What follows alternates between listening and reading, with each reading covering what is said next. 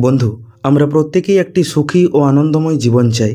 আমরা কেউই দুঃখী ও কষ্টপূর্ণ জীবন চাই না। কিন্তু অনেক সময় আমরা নিজেরাই আমাদের জীবনটাকে জাহান্নাম করে তুলি। আর এর কারণ হলো আমাদের কিছু ভুল, যা আমাদের অজান্তেই আমাদের জীবনটাকে নরক করে তোলে। আর তারপর এর জন্য আমরা আমাদের ভাগ্য বা ঈশ্বরকে দোষারোপ করি। কিন্তু সত্যি তো এটাই যে আমরা নিজেরাই আমাদের জীবনটাকে ধ্বংস করে ফেলি। আজ আমরা একটি কাহিনী থেকে জানব যে কিভাবে আমরা নিজেরাই আমাদের জীবনটাকে নরক বানিয়ে ফেলি। তাই ভিডিওটি একটু লম্বা হবে, কিন্তু একটু ধৈর্য ধরে ভিডিওটি দেখলে আপনি জীবনে অনেক বড় বড় ভুল করার হাত থেকে বেঁচে যাবেন। আর আপনার জীবন দুঃখ ও কষ্টের বদলে খুশি ও আনন্দে ভরে উঠবে। তাহলে চলুন শুরু করি একটি কাহিনীর মাধ্যমে। একসময় এক গ্রামে ভোলু নামের এক যুবক থাকত। যেমন তার নাম তেমন তার স্বভাব, একদম ভোলা। সে বেশি কিছু বুঝতো না। যেমন লোকে তাকে বলে দিত সে সেভাবেই কাজ করত। সে বেশি চিন্তাভাবনা না করে যা মনে আসতো তাই লোকের কাছে বলে দিত। ভোলুদের বাড়ির অবস্থা মোটামুটি ভালো ছিল। তার বাবার কাছে চাষের জমি ছিল, সেই জমিতে ফসলও ভালো হতো। ভোলুর মা বাবা খুব দয়ালু স্বভাবের ছিল, কিন্তু মানুষ তাদের এই দয়ালু স্বভাবের সুযোগ নিত। গ্রামের মানুষ প্রায়ই তাদের অভাবের গল্প শুনিয়ে ভোলুর মা বাবার কাছ থেকে ফসল ধার নিত, কিন্তু ফেরত দেওয়ার সময় নানা রকম অজুহাত দিত। ভোলুর মা বাবা দয়ালু ও শান্ত স্বভাবের হওয়ার কারণে তারা খুব একটা চাপও দিত না। এভাবেই তাদের অনেক টাকা পয়সা বন্ধুবান্ধব, প্রতিবেশী, আত্মীয় স্বজনের কাছে ধার হিসাবে পড়েছিল। কিন্তু আজও যদি কেউ তাদের সামনে অভাবের কথা শুনিয়ে কেঁদে ফেলত, তাহলে তারা ধন কিংবা ফসল দিয়ে সাহায্য করে দিত। হয়তো ভোলুর মা বাবার কারণেই ভোলুর স্বভাবও এতটা ভোলা ছিল। এর মধ্যেই ভোলুর মা বাবা ধুমধাম করে ভোলুর বিয়ে দিয়ে দিল। এদিকে ভোলুর স্ত্রী একটু ঝগড়ুটে স্বভাবের ছিল। সে তার কথার জোরে বাড়ির সবাইকে চুপ করিয়ে রাখত, যা খুশি কিনে টাকা পয়সা খরচ করে বেড়াত। তবুও ভোলু তার স্ত্রীকে খুব ভালোবাসত, তার সব ইচ্ছা পূরণ করত, তার সাথে সব কথা ভাগ করে নিত। এভাবে কিছুদিন চলার পর একদিন ভোলুর বাবা হঠাৎ করে অসুস্থ হয়ে পড়ল। তাই তাড়াতাড়ি করে গ্রামের এক ডাক্তারের কাছে নিয়ে যাওয়া হলো। কিন্তু ডাক্তার বলল এখানে চিকিৎসা করার উপযুক্ত পরিকাঠামো নেই। তাই শহরের বড় ডাক্তারের কাছে নিয়ে যাওয়া হলো। সেখানে ডাক্তার ভোলুর মাকে বলল চিকিৎসার জন্য অনেক টাকা পয়সা দরকার। সেই জন্য ভোলুর মা ভোলু আর তার বাবাকে সেখানে রেখে টাকা পয়সা জোগাড় করতে গ্রামে ফিরে এলো। তারপর ভোলুর মা সেই সব মানুষের বাড়িতে গেল যাদের তারা টাকা পয়সা ধার দিয়ে রেখেছিল। কিন্তু তাদের মধ্যে শুধু কিছু মানুষই টাকা পয়সা ফেরত দিল, আর বেশিরভাগ মানুষই কিছু না কিছু বাহানা দিয়ে হাত জোড় করে সময় চেয়ে নিল। কিন্তু টাকার খুব দরকার, তাই ভোলুর মা আর কোনো উপায় না পেয়ে অবশেষে গ্রামের জমিদারের থেকে সুদের উপর টাকা ধার করে পুনরায় শহরে গেল আর স্বামীর চিকিৎসা শুরু করালো। কিন্তু চিকিৎসার খরচ এতটাই বেশি ছিল যে আরও টাকা পয়সার দরকার পড়ল। তখন ভোলু আর তার মা জমিদারের কাছে আবার ধার চাইতে গেল। কিন্তু জমিদার তখন বলল এর পরিবর্তে তোমাদের চাষের জমি আমাকে বিক্রি করতে হবে। ভোলু আর তার মায়ের কাছে আর কোনো উপায় না থাকায় বাধ্য হয়ে তারা বেশিরভাগ চাষের জমি জমিদারের কাছে বিক্রি করে দিল। এদিকে ভোলুর বাবার শরীর কিছুতেই ঠিক হচ্ছিল না। চিকিৎসার খরচ মেটাতে মেটাতে ভোলুর মায়ের সব গয়নাও বিক্রি হয়ে গেল। একদিন ভোলু যখন কিছু খাবার নিয়ে বাবাকে দেখতে গেল, তখন ভোলু জানতে পারল তার বাবা মারা গেছে। ভোলুর বাবার মৃত্যুর পর তার মা খুব ভেঙে পড়েছিল, সবসময় দুঃখী ও মনমরা হয়ে থাকত। এবার ভোলুর পরিবারে অভাব অনটন শুরু হয়ে গেল, কারণ যেটুকু চাষের জমি অবশিষ্ট ছিল ভোলু সেটুকুও চাষবাস করতে পারছিল না। আর করবে কি করে? এতদিন তো চাষের সমস্ত কাজ তার বাবাই দেখাশোনা করত। এদিকে ভোলুর স্ত্রী যেভাবে মনমর্জি খরচ করে বেড়াতো, টাকার অভাবে সেটাও বন্ধ হয়ে গেল। সেই কারণে তার স্ত্রী এখন ভোলু আর তার মায়ের সাথে ইচ্ছে করে প্রতিদিন ঝগড়া করত। ভোলু অশান্তি হওয়ার ভয়ে চুপচাপ সব কিছু সহ্য করত, কারণ ভোলু তার সরল স্বভাবের কারণে নিজের দুর্বলতা ও পিছনের সমস্ত ভুল বোকামি সব কিছু তার স্ত্রীর সাথে আলোচনা করে ফেলেছিল। আজ সেই সব নিয়ে তার স্ত্রী তাকে কথা শোনাতো, তাকে নিয়ে হাসি ঠাট্টা করত। অনেকবার তো তার স্ত্রী বাপের বাড়ির লোকজনের সামনেই ভোলুকে অপমান করে দিত। ভোলু এই সমস্ত দুঃখের কথা তার বন্ধুদের সাথে এইভাবে আলোচনা করত যে হয়তো বন্ধুদের থেকে একটুখানি সহানুভূতি আর সাহায্য পাব। কিন্তু বন্ধুরা ভোলুর সামনে ভোলুকে বেচারা বললেও আড়ালে কিন্তু ভোলুকে নিয়ে হাসি ঠাট্টা করত আর বলতো কি বোকা ছেলে, এর বাবাও বোকা ছিল আর বেটাও বোকাই থেকে গেল। তাদের মধ্যে কারো কারো মনে সাহায্য করার মানসিকতা এলেও তারা এই ভেবে সাহায্য করছিল না যে ভোলুর এখন যে অবস্থা সে কী করে টাকা পয়সা ফেরত দেবে। এমনিতে সবাই ভোলু আর তার মায়ের সামনে ভালো ভালো কথা বলতো, উপদেশ দিত, কিন্তু কেউ তাদের সাহায্য করতো না। একদিন হঠাৎ রাতের বেলায় ভোলুর মাও মারা গেল। মা মারা যাওয়ার পর ভোলু আরও ভেঙে পড়ল। সে সারাদিন ঘরের মধ্যে কাঁদতে লাগলো। তার উপর ভোলুর স্ত্রী তাকে কথা শোনাতো, তাকে নিয়ে হাসি ঠাট্টা করতো, প্রতিবেশীর কাছে ভোলুর নামে নিন্দা করত। ভোলু যখন প্রতিবেশীর কাছে শুনতো যে তার স্ত্রী তার সম্বন্ধে এই রকম নিন্দা করে বেড়ায়, তখন সেও রেগে গিয়ে তার স্ত্রীর সম্বন্ধে নিন্দা করে ফেলত। তাদের এই স্বভাবের জন্য পাড়া প্রতিবেশী তাদের নিয়ে হাসি ঠাট্টা করত। একজনের কথা অন্যজনের কাছে বলে দিত আর দুজনকেই উস্কানি দিত, যার ফলে ভোলু আর তার স্ত্রীর মধ্যে প্রায়ই ঝগড়া হতো। একদিন ঝগড়া এতটাই বেড়ে গেল যে ভোলুর স্ত্রী রেগে তার বাপের বাড়ি চলে গেল আর ভোলুকে বলে গেল সে আর কোনোদিন ফিরবে না। স্ত্রীর যাবার পর ভোলু একেবারে একা হয়ে পড়ল। ভোলু সারাদিন ঘরের মধ্যে একা একাই দুঃখ করত আর ভাগ্য ও ঈশ্বরকে দোষারোপ করত। অনেক সময় ভোলু ভাবত তার জীবনে আর কী বা আছে, এমন জীবন থাকার চেয়ে না থাকা ভালো, এর থেকে আত্মহত্যা করে নিজেকে শেষ করে দেয়া ভালো, কমপক্ষে এই কষ্টের থেকে তো মুক্তি পেতাম। ঠিক এমন সময় ভোলুর গ্রামে এক বৌদ্ধ মহাত্মা আসেন। ভোলু এই কথা শুনতেই সেই মহাত্মার কাছে ছুটে যায় আর মহাত্মার চরণে পড়ে কাঁদতে থাকে। মহাত্মা ভোলুকে সান্ত্বনা দিয়ে জিজ্ঞাসা করে, কি হয়েছে তোমার? ভোলু তখন তার সমস্ত দুঃখের কথা মহাত্মাকে জানালো। সব কথা শুনে মহাত্মা বলেন, তোমার পরিবারের আজ এই অবস্থার জন্য অন্য কেউ দায়ী নয়, দায়ী তোমরা নিজে। তোমাদের অতিরিক্ত দয়ালু স্বভাব আর যে কোনো পারিবারিক কথা সবাইকে বলে ফেলার জন্য তোমাকে আজ এই পরিস্থিতির মুখোমুখি হতে হচ্ছে। তোমাদের প্রয়োজনের থেকে বেশি দয়ালু মনোভাবের উত্তর তো লোক তাদের ধোঁকা ও উপহাসের মাধ্যমে দিয়েই দিয়েছে। কিন্তু আজ আমি তোমাকে এমন 7টি কথা বলবো যা কখনো কাউকে বলতে নেই, এই ভুলগুলি কোনোদিনও করতে নেই। ভোলু মন দিয়ে মহাত্মার কথা শুনছিল। মহাত্মা বলেন, প্রথম কথা যা কাউকে বলা উচিত নয় তা হলো নিজের দুঃখ।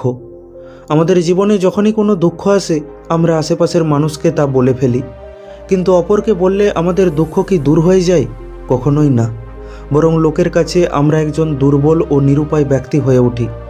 আচ্ছা ভাবো তো, আমরা অন্যের কাছে আমাদের দুঃখ কেন বলি? একটু সহানুভূতি আর সাহায্য পাওয়ার আশায়? তবে মনে রেখো, বেশিরভাগ মানুষ সাহায্য তো করবেই না, উল্টে আড়ালে তোমাকে নিয়ে হাসি ঠাট্টা করবে। আর যদি কেউ সাহায্য করেও থাকে তাহলেও সে তোমার থেকে অন্য কিছু পাবার আশা করবে, আর না দিলে সে তোমার দুর্বলতার সুযোগ নেবে, কারণ সে জানে যে এখন তুমি দুর্বল ও নিরুপায়। তাই এটাই সঠিক সময় তোমার সাথে বদলা নেওয়ার। তাই নিজের দুঃখ আর অভাবের কথা কাউকে বলো না, মানুষের স্বভাব ও মানসিকতাকে বোঝার চেষ্টা করো। দ্বিতীয় কথা যা আমাদের কাউকে বলা উচিত নয় তা হলো অতীতের ভুল আর ভবিষ্যতের পরিকল্পনা। অতীতে যে ভুল তুমি করেছো সেটা না জেনে হোক বা জেনে বুঝে, সেগুলো অন্য কাউকে কখনোই বলা উচিত নয়, কারণ এতে অতীতের ভুল তো সংশোধন করা যাবেই না, উল্টে মানুষের চোখে তুমি উপহাসের পাত্র হয়ে উঠবে। আমাদের অতীত জানার পর লোক আমাদের সন্দেহের চোখে দেখতে শুরু করবে, ভরসা করতে ভয় পাবে। হতে পারে আমি আর সেই আগের মতো নেই, বদলে গিয়েছি, তবুও মানুষ আমাকে বিশ্বাস করতে ভয় পাবে। একইভাবে আমাদের ভবিষ্যতের পরিকল্পনাও কাউকে বলা উচিত নয়। এর দুটি মুখ্য কারণ রয়েছে। প্রথমত, আমরা আমাদের ভবিষ্যতের পরিকল্পনা বা স্বপ্ন অপরকে বললে তারা সেটা নিয়ে হাসি ঠাট্টা করবে, আমাদের বড় লক্ষ্যকে নিয়ে উপহাস করবে, আর না হয় মিথ্যা প্রশংসা করে তোমার মধ্যে অতিরিক্ত আত্মবিশ্বাস তৈরি করবে, যার ফলে তুমি তোমার লক্ষ্যকে অর্জনই করতে পারবে না। তাই পরিকল্পনা শেষ না হওয়া পর্যন্ত কাউকে সেই বিষয়ে না বলাই ভালো। তাছাড়া তাদেরকে ভবিষ্যতের পরিকল্পনা বলে কী লাভ যারা এই পরিকল্পনার অংশই নয়। দ্বিতীয় যা ক্ষতি হবে তা হলো তারা আমাদের পরিকল্পনাকে কিছুতেই পূরণ হতে দেবে না, কারণ কেউ চায় না যে অন্য কেউ তার থেকে এগিয়ে যাক। তাই সে সময় পেলেই তোমার পরিকল্পনায় ব্যাঘাত ঘটাতে চাইবে। এছাড়া যদি তোমার শত্রুর কানে সেই পরিকল্পনার কথা পৌঁছে যায় তাহলে তারা যেভাবেই হোক সেটা ব্যর্থ করার চেষ্টা করবে। তাই অতীতের ভুল আর ভবিষ্যতের পরিকল্পনা কখনো কাউকে বলা উচিত নয়। তৃতীয় যে কথা আমাদের কাউকে বলা উচিত নয় তা হলো আমাদের পারিবারিক কথা। আমাদের পরিবারে মা বাবা স্বামী স্ত্রীর মধ্যে কি কথা হয় তা কাউকে বলা উচিত নয়। অনেক সময় পরিবারে ঝগড়াঝাটি হলে আমরা রেগে গিয়ে আত্মীয় স্বজন পাড়া প্রতিবেশীকে সেই কথা বলে ফেলি বা কারো নিন্দা করে ফেলি, কিন্তু আমরা এটা ভুলে যাই যে ব্যক্তিকে আমি এই কথা বলছি সে ভবিষ্যতে এই কথা নিয়ে আমাকে অপমান করতে পারে, আমার শত্রুকে বলে দিতে পারে, অন্যদের কাছে বলে হাসি ঠাট্টা করতে পারে। আমার সংসারের কথা কাউকে বললে অহেতুক সে আমার সাংসারিক বিষয়ে নাক গলাতে পারে। তাছাড়া আমরা যদি পরিবারের কারোর সম্বন্ধে অন্য কারো কাছে নিন্দা করি, তাহলে সেই কথা যখন তার কানে যাবে তখন তার খারাপ লাগবে। শাশুড়ি বৌমা ও স্বামী স্ত্রীর মধ্যে বেশিরভাগ ঝগড়া এই কারণেই হয়, কারণ তারা একে অপরকে নিয়ে বাইরের লোকের কাছে নিন্দা করে বেড়ায়, আর বাইরের লোক সেটার লাভ ওঠায়। তাই একে অপরের প্রশংসা না করতে পারো, অন্যের কাছে নিন্দা করো না। চতুর্থ যে কথা আমাদের কাউকে বলা উচিত নয়, তা হলো নিজের শক্তি আর নিজের দুর্বলতা। প্রথম কথা তো আমাদের মধ্যে বেশিরভাগ মানুষ এটা জানেই না যে কী তার শক্তি আর কী তার দুর্বলতা। যদি তুমি নিজের শক্তি ও দুর্বলতা সম্পর্কে জানো, তাহলে নিশ্চিত রূপে তুমি একজন বুদ্ধিমান ব্যক্তি। কিন্তু অপরের কাছে নিজের শক্তি ও দুর্বলতা সম্বন্ধে না বলার দুটি মুখ্য কারণ রয়েছে। প্রথমত, যদি তোমার শক্তি সম্বন্ধে তোমার শত্রু জানতে পারে, তাহলে তোমার সেই শক্তি আর শক্তি থাকবে না, তা তোমার সবচেয়ে বড় দুর্বলতা হয়ে উঠবে। কারণ তোমার শত্রু তোমার সেই শক্তির কোনো না কোনো ফাঁক ঠিক খুঁজে বের করে নেবে। এছাড়া তোমার দুর্বলতা যদি অপরজন জানতে পারে, তাহলে সে নিজের লাভের জন্য তোমার দুর্বল জায়গাতেই আঘাত করবে, আর তোমাকে নিরুপায় হয়ে তার সব কথা মানতে হবে, তার সামনে সবসময় মাথা ঝুঁকিয়ে থাকতে হবে। তাই নিজের দুর্বলতা কাউকে বলা উচিত নয়, এমনকি স্বামী স্ত্রীর মধ্যেও এই কথা বলা উচিত নয়। কারণ স্ত্রী যদি স্বামীর বা স্বামী যদি স্ত্রীর দুর্বলতার কথা জানতে পারে, তাহলে সময় এলে এই দুর্বলতার কথা বলে একে অপরকে চুপ করিয়ে রাখবে। পঞ্চম যে কথা কাউকে বলা উচিত নয়, তা হলো নিজের রোজগার আর সম্পত্তি সম্বন্ধে। এরও মুখ্য দুটি কারণ রয়েছে। প্রথমত, যদি তোমার রোজগার কম হয় আর অন্যজন তা জানতে পারে, তাহলে প্রয়োজন হলে সে কখনো তোমায় আর্থিক সাহায্য করবে না। কারণ সে ভাববে তোমার রোজগার কম, তাহলে তুমি তার টাকা কি করে শোধ করবে। সেই জন্যই গরিবকে কেউ সাহায্য করতে চায় না। তাছাড়া মানুষ তোমার ইনকাম দেখে তোমার সামর্থ্য সম্বন্ধে অনুমান করতে পারবে, আর সেই অনুযায়ী তোমাকে মান সম্মান দেবে। তোমার রোজগার কম হলে তোমাকে নিয়ে উপহাসও করবে। ঠিক অপরদিকে, যদি তোমার রোজগার বেশি হয় আর এই কথা যদি অন্যজন জানতে পারে, তাহলে তার ছোটোখাটো দরকারেও তোমার কাছে সাহায্য চাইবে। আর যদি কোনো কারণে তুমি সাহায্য না করো, তাহলে তোমাদের মধ্যে সম্পর্ক খারাপ হবে। হতে পারে সে তোমার শত্রুও হয়ে উঠবে, কেননা সে ভাববে যে তুমি তাকে সাহায্য করতে পারতে কিন্তু করলে না। তাই নিজের রোজগার আর ধন সম্পত্তি সম্বন্ধে কাউকে কোনোদিন বলা উচিত নয়। এমনকি শাস্ত্রতে এটাও বলা আছে যে নিজের স্ত্রীকে পর্যন্ত নিজের সম্পূর্ণ রোজগারের কথা না বলাই ভালো। তারপর মহাত্মা ভুলুকে আরও বলেন, ষষ্ঠ কথা যা আমাদের কখনো কাউকে বলা উচিত নয়, তা হলো নিজের অপমানের কথা। কখনো যদি তুমি কোথাও অপমানিত হও, তাহলে সেই কথা কখনো কাউকে বলা উচিত নয়, এমনকি নিজের স্বামী স্ত্রীকে পর্যন্ত বলা উচিত নয়।